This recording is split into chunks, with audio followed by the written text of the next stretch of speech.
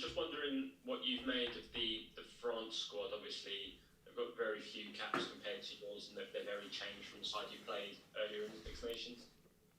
Yeah, I think it's obviously a different, probably going to be a different side for them. Probably a few unknowns or less, players that we know less about. But I think if anything, that probably makes them more dangerous and more of a threat. And it definitely it's obviously a different challenge for us, and we need to be adaptable and be able to not expect too much, because they're a dangerous side, whoever's playing, and they play good attacking rugby. They're a big physical team, so yeah, it's probably going to be the biggest challenge so far. And on top of it, you've obviously got the pressures of a final and all that brings. So I think it's one to look forward to, but one that we're acknowledging that we probably won't know too much about what they're going to bring. They seem to be operating a bit of a siege mentality this week, saying that they've been written off by the English media. Do you think that's the way they're going to be treating this, as if they've got a point to prove, and because they're underdogs, they need to go out there and deliver a performance to kind of silence their critics? I don't think they're going to play.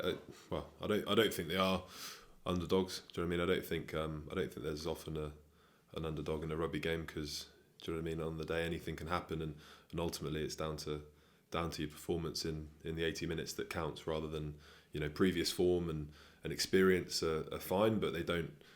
They're not by any means a guaranteed performance on the day. So I think they'll probably use that as a bit of fuel, and probably use that as a bit of motivation. It's probably always easier playing as a perceived underdog, because you've got less pressure on you. But that's not the way we're sort of approaching the game. And you obviously got the Man of the Match award last time out. Sam Warburton described you as a shoe-in for the Lions tour. How does that feel, hearing stuff like that, and kind of looking at the journey you've been on to cementing your place in the England team? Where do you kind of currently see your game? It's obviously nice to hear. I think it's probably a reflection of what's been going on here as a squad, because I think ultimately, I've really enjoyed my rugby last few games certainly, and I'm really enjoying it at the moment, and I think it's a brilliant place to be. I feel very fortunate to be able to play with the players and with the coaches that we've got here. I think it's probably a reflection of more than anything of the competition as well, because if you look at the guys that aren't playing, or that I'm playing with, and that are on the bench or whatever it is, the quality, especially in the back row, is outstanding, and I think that's really driving all of us, because ultimately we're pushing standards in training. Like training against guys like Ben Earl, Jack Willis, Tom Curry, makes you have to be at the top of your game, and you have to be on it, and that only makes you better as a player. So I think I've spoken about it before. I think it's a very healthy competition we've got going on at the moment, but ultimately one that I think is paying dividends for the lads. James Carroll, come to you next, please.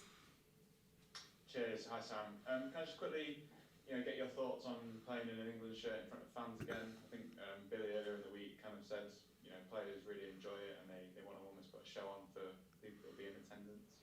It makes a massive difference. I think it's probably something that hasn't been spoken about as much over the last however many months that rugby's been back on, is the effect that crowds and the effect that fans have. And obviously it's probably not been spoken about because there's not much we can do about it, which is fair enough, but equally I think we're all really looking forward to having people back in any capacity. I think it gives you as a player, like the energy it gives you as a player, and the sense of occasion and the atmosphere and everything, especially at Twickenham in an England shirt, is huge.